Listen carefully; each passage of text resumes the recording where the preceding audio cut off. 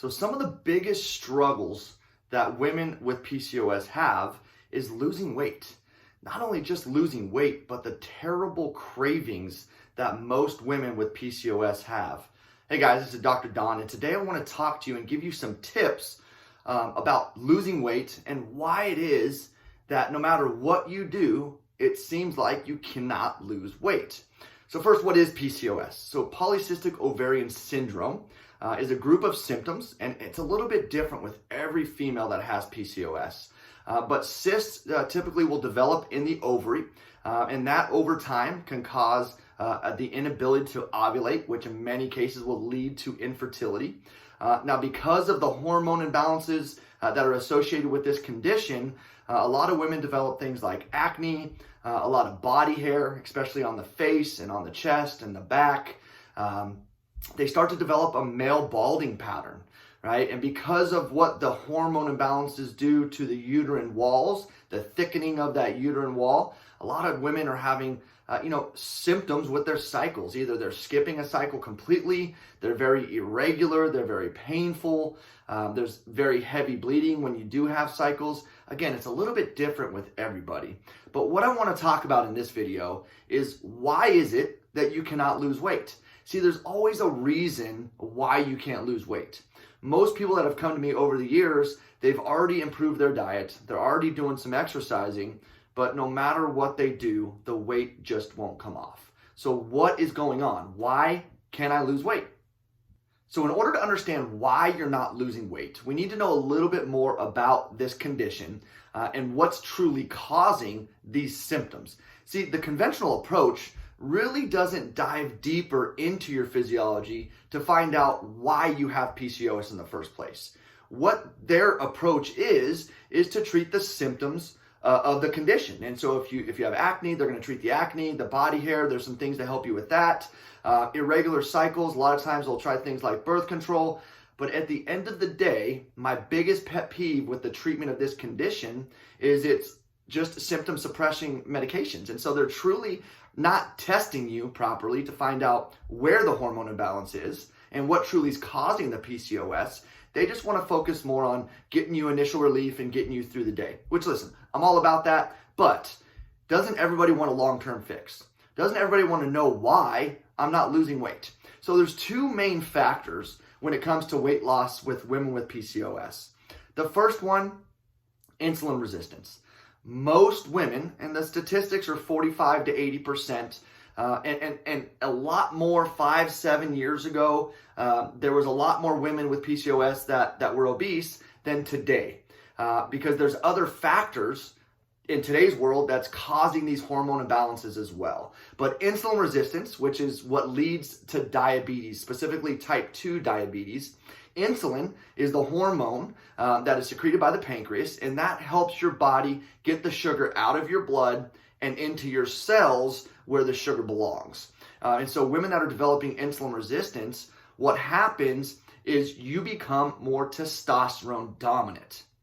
And again, a lot of times your detox pathways are not working properly. And so specifically your androgens begin to build in your tissue. And because of the inflammatory response that occurs, you develop things like cysts in the ovaries, the uterine wall becomes thicker, which increases your risk of cancer and infertility. And so again, one of the main drivers of PCOS is insulin resistance. Now, with insulin resistance, typically you get a lot of blood sugar swings. You eat a high carb meal because, face it, we're craving carbohydrates, we're craving sugars. And gals, I'm here to tell you, that is not your fault. Stop beating up on yourself. There's a physiological reason why your body is craving carbohydrates and craving sugars. So the first thing you need to do is stop beating up on yourself. See, when your body can't get sugar into your cells where it belongs, naturally, it thinks it needs more sugar. So where do you get sugar from? Well, sugar and carbohydrates. So naturally, your body's gonna be craving those types of foods. Again, your body never makes a mistake. It always is reacting to either a normal situation or abnormal situation. And so insulin resistance is an abnormal function, an abnormal control of blood sugars. And so your body naturally is going to crave carbs and crave sweets. So when you eat a carbohydrate-rich meal, Your insulin levels need to increase to try to get those sugar levels down.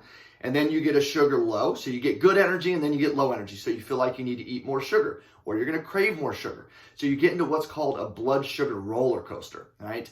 Well, the more insulin that you're producing, the more fat you're going to make. So if you look up insulin in a medical dictionary, it will say it's a fat storing hormone. Ladies, that's its job. Its job is to get as much sugar in the cells as it can, and then with the excess sugar, it stores it for fat so you can pull on that fat for energy for at later times. But see, the problem with insulin resistance is you never pull on that fat and use that fat for energy. So what happens? You just continue to build fat and build fat. And so, if insulin resistance is what's driving your PCOS, well, the insulin resistance needs to be addressed. And this is why with a lot of women, metformin, right, is prescribed, and metformin will help you lose some weight. Why? Well, because it reduces and normalizes those insulin levels. But what metformin does is it will drive the sugar more into the blood, into the muscles, okay? And it will also reduce how much sugar your liver makes or your liver drops into the system, especially through the nighttime or the fasting hours. And so as far as a long-term approach, the metformin doesn't fix the problem. If you got off metformin after being on it for a year or two, guess what?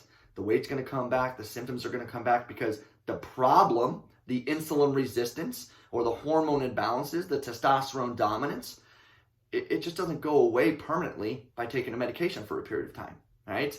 And so when you become insulin resistant or diabetic, females, you become more testosterone dominant. So what happens to your estrogens? Well, typically your estrogen levels will drop. And so this leads me to the second reason that a lot of females with PCOS are not able to lose weight. And a lot of you guys, you have that belly fat, that fat around your waist, right? And so you get estrogen from your ovaries and from different parts of the body. You convert your testosterone into estrogen. But again, with insulin resistance or diabetes, you're not converting those hormones properly. So your testosterones are building, your androgens are building, which becomes very inflammatory to many different systems in your body, but your estrogen levels decrease. Well, guess what other tissue in your body makes estrogen? Your adipose tissue, your fat tissue. See, guys, your body is brilliant. It never makes mistakes. If you need more estrogen, your body will not release the fat tissue that's making that estrogen, right? And so if you have those hormone imbalances, which most all women with PCOS have those hormone imbalances, we need to fix those hormone pathways. Again, the biggest problem is your hormones are not getting tested properly. See, they run your hormones through your blood. They look at one of your estrogens, which is estradiol, typically. Maybe they look at estriol, but there's 7 estrogens they need to look at. Your testosterone is checked, but your androgen levels typically aren't checked. And then they will typically look at your progesterone. But again, my point is, it's a very incomplete test to find out why you have PCOS and why you have the hormone imbalances that you have. And see, the sad part is so many younger women are developing PCOS, which is leading to things like eating disorders and things like that because no matter what you do, you can't lose weight. So you think the answer is just don't eat. And I'm here to tell you that is not the answer. In many, many times, not eating or restricting your body in calories, number one, it's not sustainable. So as soon as you stop doing that activity, the weight's going to come back tenfold, right? And so to truly figure out why you're not losing weight, you need to be tested properly. And listen, after a short conversation with myself, just by doing a health history and a background on you guys, we're going to have a pretty good idea of kind of where you stand. And then by doing some in-depth testing, it will give us the answers that you're looking for so that there's no more cravings, there's no more carbohydrate and sweet cravings, there's no more energy swings. You truly will lose weight and keep the weight off. But in order to do that, I tell my patients, the only best way to lose weight that's long lasting is to just get healthy, right? And excuse me, and I know a lot of people don't like to hear that because it takes time, right? It does take time. But you will be amazed once you start to balance out your hormones. Once you start to improve and eliminate the insulin resistance, your body will get to a healthy weight rather quickly, and it will maintain that Obviously, we need to be fueling our body. This video is not really about what specific foods you need to eat. Obviously, we need to stop putting inflammatory foods in our body. Hormone imbalances are caused a lot by dairy products and traditional commercialized meat products. We need to be doing grass-fed meats and free-range chicken. I would be eliminate most all dairy products. Soy is another big one. See, soy is an estrogen mimicker. So the more soy you put in your body, the more estrogen your body thinks it has, and the less estrogen your body will make. And so soy, again, a very, very bad idea to be consuming soy. And one of the things that really bothers me, and one reason why I think we're seeing PCOS so much more in younger women, is because a lot of formulas, a lot of baby formulas are full of soy. All of these, these vegan burgers and these tofu things that a lot of people think are healthy, they're full of soy, right? The other thing is low-fat diet. See, a low-fat diet is a high-sugar diet. And you say, well, Doc, what do you mean? Well, listen, fat makes your food taste good. So when they take the fat out, they've got to put something else in that food to make it taste good. And typically it's sugar. See, ever since America has gone to a low-fat diet, we've gotten more and more obese. The more obese you get, the more overweight you get, the more risk of developing insulin resistance and diabetes and PCOS. See, the body works together as a system, and we can't just look at one system and try to fix the whole body. We've got to look at the body as a whole, and we've got to test you properly to find out why you, as an individual, is struggling to lose weight.